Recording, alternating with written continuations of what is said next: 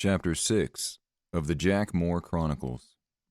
At my apartment, I found another envelope on the door. Another rent notice. It found its way to the trash. The dirty bathroom mirror offered a ugly reflection. The blood was mostly dry, but the shimmer moved in a clockwise rotation that appeared to be increasing in speed. Dry blood came off easily. A painkiller called my name. It went down nicely with the cold coffee on the table. I lay down on the couch staring at the popcorn ceiling. How did Golding's hand get burnt? Was that creature real? My mind raced, but despite this, sleep grabbed a hold of me and strangled me into its embrace. It was 3 a.m. when my eyes opened. Somehow awaking despite the concussion I had hoped might take me out. To find Stephen's killer, independent work was necessary. The detective seemed like a good guy, but he was barking up the wrong tree. I couldn't shake what had happened. Was Golding onto something? Could I have done it? What about the vampire? How could I get away with just a knock on the head? Dwelling wouldn't help me.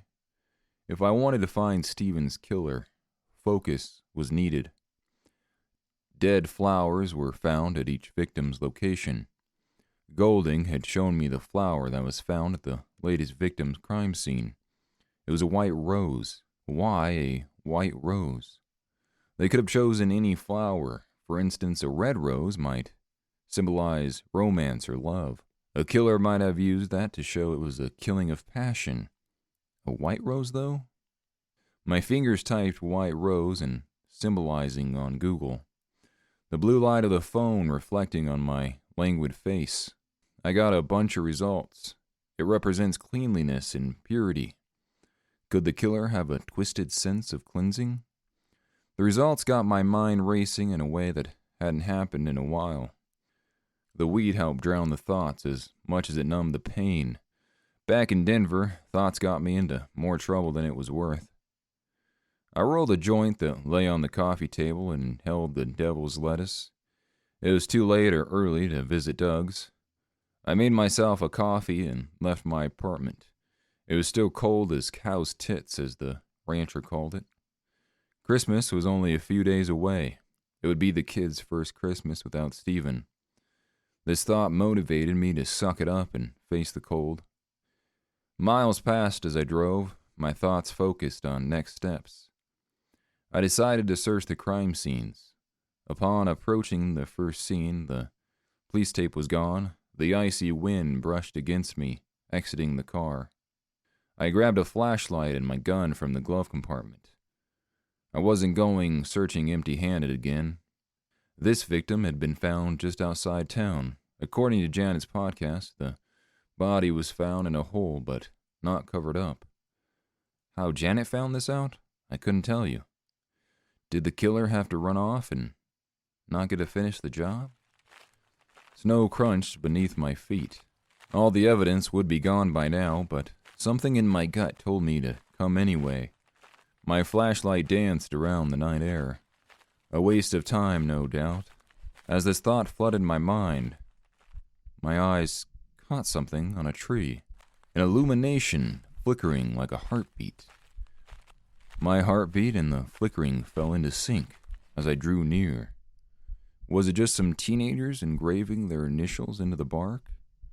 I walked closer until my flashlight could make sense of the engraving. Etched into the bark was a flower with flames as petals. I ran back to my car and grabbed a napkin that was stuffed in the glove compartment. I drew the symbol that was on the tree. I didn't know why, but that symbol meant something. The next crime scene was further out of town, the same symbol etched into a nearby tree, the illumination in rhythm with my heartbeat. I drove to each scene until I got to Stephen's crime scene. My grief wouldn't allow me to get out of the car. My fists clenched. The pain on my forehead radiated. In the mirror, the shimmer spun. I didn't know what was real anymore, but I knew the grief I felt was. I gained the strength to leave the car. Police tape still surrounded the area. the wet snow beneath my boots. As I got closer, my forehead ached more. I walked closer. The wind picked up. My flashlight began to flicker, the light pulsating until it sputtered out. It was just me and the dark. I squinted my eyes to try and see in the harsh wind. It was at this moment my feet stalled. I couldn't move. My eyes drifted down. There was only muddy soil under my boots. What the fuck? In the distance, a howl echoed. Its sound grew as if gaining momentum toward me. The wind continued, but the snow faded. The smell of decaying leaves filled the air. In the near distance sat a truck. As I looked back toward the gravesite, a figure stood, bent over, a shovel in hand, howling along with the distant sounds. My face grew red with rage. I ran to the figure with the intention to kill. As I approached the figure, its hood covered its face. I grabbed its shoulder and pushed it back. Its face revealed itself, its facial expression one of shock. My facial expression the same. I don't just mean both our faces had a look of shock, which they did, but it was my face looking back at me. It was my weary eyes and brown thinning hair. It was me. I jumped back. The figure dissipated as I did. Just as the figure dissipated, so did my anger. An unfamiliar emotion grew from the depths of my soul. What was this hallucination? In the distance, a truck vanished into the night. I turned to see nothing but the darkness. A dead rose floated over to me and fell softly on the ground. I picked it up. Snow entered my sight. The flower incinerated into ashes in my hand. What the fuck was that? I muttered.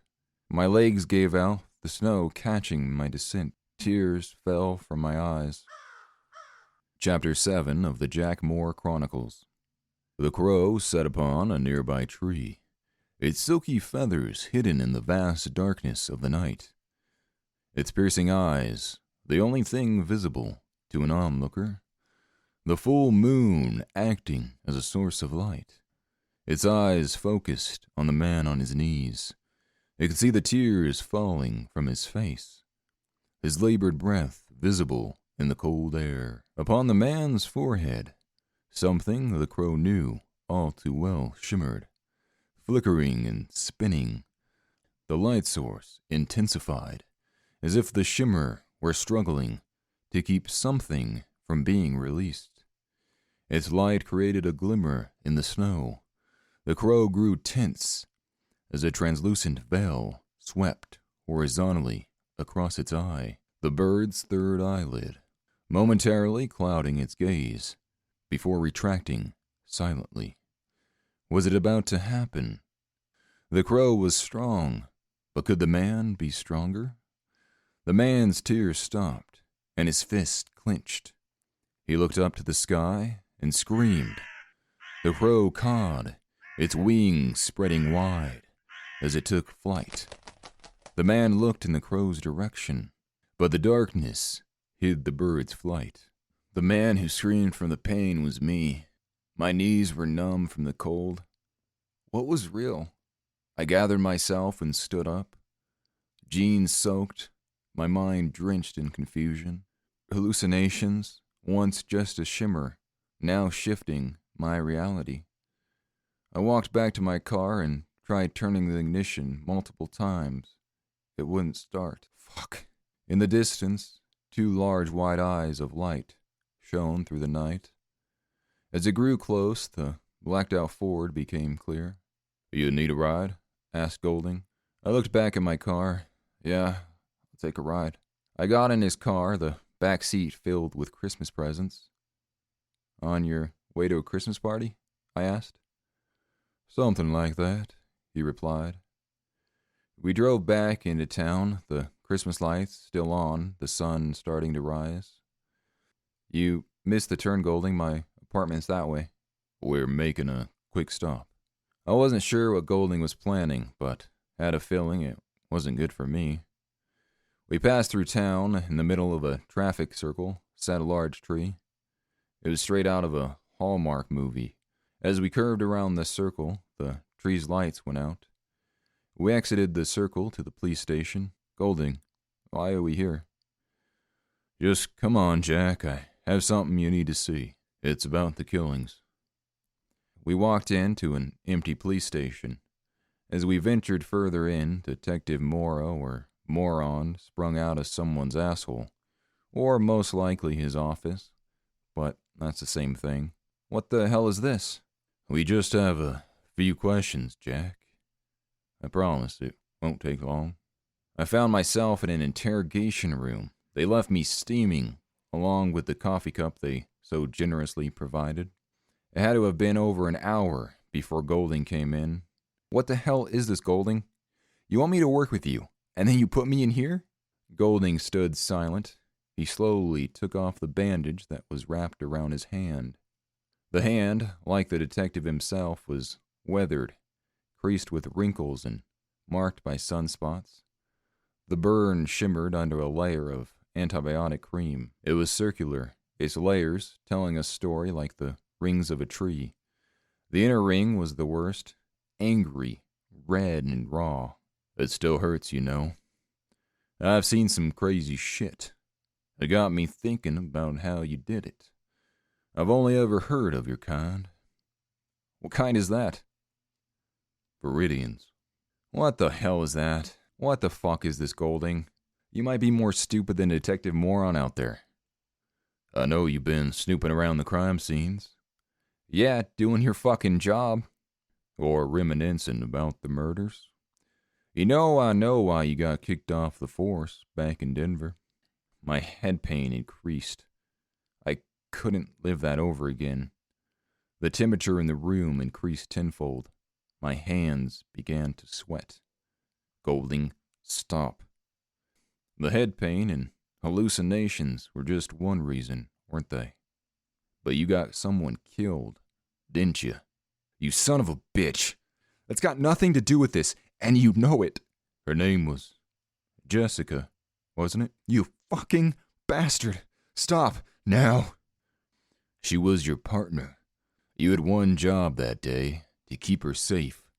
And you failed. You failed, and she's dead because of it. Rage filled my lungs, reddening my skin. Golding took a step back, his eyes widened in fear. You fucking asshole! My hands began to shake as I got up. My breath began to labor, and the pain in my forehead grew. The view of Golding became fuzzy. The room was silent. His lips were moving, yet Golding remained silent. I could only watch. The room began to spin. My vision blurred. The darkness I'd become accustomed to took me whole. Awaking, I found Golding once again standing over me, his hand now wrapped. I knew there was something about you, Jack. I don't know what it is, but you're the closest thing I got to a lead. I'm sorry I had to do that, but I needed to see it. See what? The hell are you talking about? I asked, pushing myself up against the wall. Golding stood, hovering over me. Like I said, I think you might be Viridian. I ain't never seen one, but you sure got something going on. My mind was still cloudy from passing out. Viridian? Yeah, someone who can use magic. Oh, I laughed. What are you going to tell me? You're a wizard, Harry? Golding's face grew a half-cocked smile. You're a wizard, jackass. Golding didn't say much after that. He helped me to my feet, handed me a bottle of water, and told me I was free to go. For now. That was the part that stuck with me. For now, like I was some walking time bomb even he didn't understand. I didn't ask for a ride home. I needed the cold. The walk back to my apartment felt longer than usual. Every step crunching against ice and questions. Maybe Golding was right. Maybe I was something different. But that didn't explain why the symbol was still burned into my mind, why it felt like I'd seen it long before any of this started. I couldn't sleep that night. Sleep was a cruel joke dangled like a carrot I'd never catch. The symbol etched into my mind. Why did it look so familiar? I tried to think, looking around my apartment, as if the answer were hanging on the wall. My father's photographs kept my eyes busy. That's it! I walked toward one photograph. It was of a snowy mountain taken in the Rocky Mountain National Park. I pulled the frame off the wall, and on the back, there it was, on the bottom right, faded in black ink, the flower with flames as petals. Why would my father have this symbol printed on his work? I pulled all of the photographs off the walls. They lay across the outdated carpet, the symbol on each one. What did my father have to do with this? Is this symbol subconsciously in my mind? Am I really the killer? Could I be so fucked up? I don't even remember killing my best friend. How could I have burned Golding's hand? Doesn't make sense. None of it.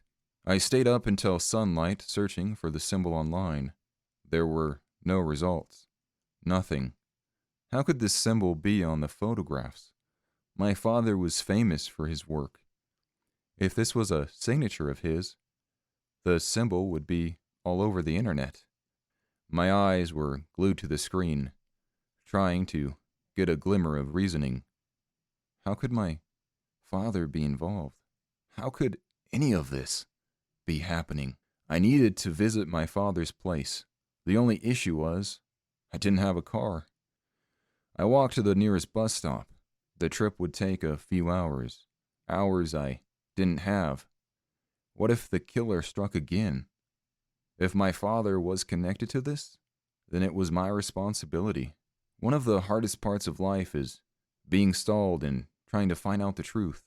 Sitting in a hospital waiting to find out if your loved one survived, or waiting at a bus stop unable to move forward with your quest. The pain of waiting. The anticipation. I sat on the bench, my mind racing. An old man sat next to me. "Where are you off to, young man?" "My dad's place. You?" "Wherever the wind takes me." The old man got up and walked away. As he did, he turned and said, He's proud of you." "Wait, who is?" The old man kept walking. The troubles of age muffled his hearing. The bus finally arrived. It was empty. It was just me and the driver. Staring out the window, I wished for a better life than the one outside that window. The bus's engine started. The tires slowly rotated as we picked up speed. As we passed the bus stop, there it was. A crow sat upon the sign. Was this crow a hallucination? Just a dream or another nightmare turned reality? I looked toward the front of the bus and back out the window. The crow was gone. The bus picked up speed. As we passed the edges of town, the bus driver braked suddenly, slamming me forward. Whiplash mixed with my headache. What the hell was that? The bus driver was silent. His hands were stiff at 10 and 2 on the wheel. "Come on, man, I got places to be. What's the holdup?" The bus driver remained still. As I got up, I saw it out the windshield. About 20 feet from the road, a figure stood tall. He wore a gray hoodie, the hood resting on his head. A long beard hung from his face, his right arm stiff, palm out. I walked forward down the aisle. "Come on, man. Just go around the asshole," I told the driver. As I turned to face him, the driver's hands remained at 10 and 2. It was then I saw it. The driver's eyes had gone gray. The shade was one of lacking, as if his soul had left his body. "Hey, man, you all right? Come on." I shook the man's shoulder. As I did, his arms fell limp. His foot remained fully pressed on the brake. I was jolted back to reality by the old bus's rattling engine and acrid smell of burning oil. What the fuck? I thought. I wish I had a stronger word than fuck after what happened next. Hey you. Yeah, you. Thanks for listening to this episode of the Jack Moor Chronicles.